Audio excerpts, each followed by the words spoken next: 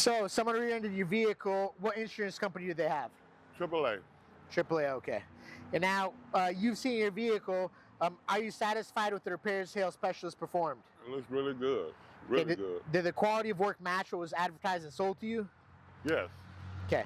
Do you believe the insurance company is acting in good faith and paying everything that is owed, even though there's a balance for the repairs to your vehicle that they have not paid? No, they're not paying everything. Okay. Were there any troubles, delays, or issues when contacting the insurance adjuster assigned to your claim? I've never talked to him. So the insurance adjuster never reached out to you, never anything of that issue? Okay. Never talked to him.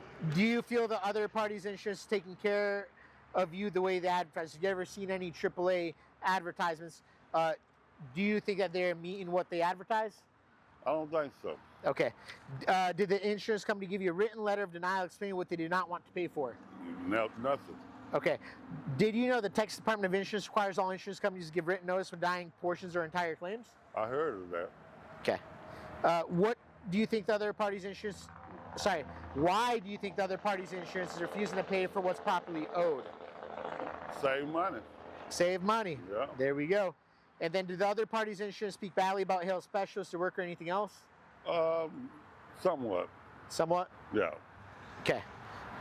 How much did the other party's insurance short hail specialists? Do you think this can negatively impact a small local business? Sure. Definitely.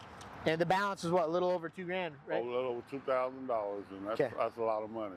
Okay. And do you believe it is right for a multi-billion-dollar company to try to short a local repair facility trying to help the community? And do you believe it's right the insurance company to treat any repair facility or customer in this way? Definitely not. Okay. Would you recommend anybody a hail specialist? Definitely. Okay. Would you recommend anyone to the other party's insurance provider? Well, no, probably not. Probably not. Okay. Thank you very much for your time, sir.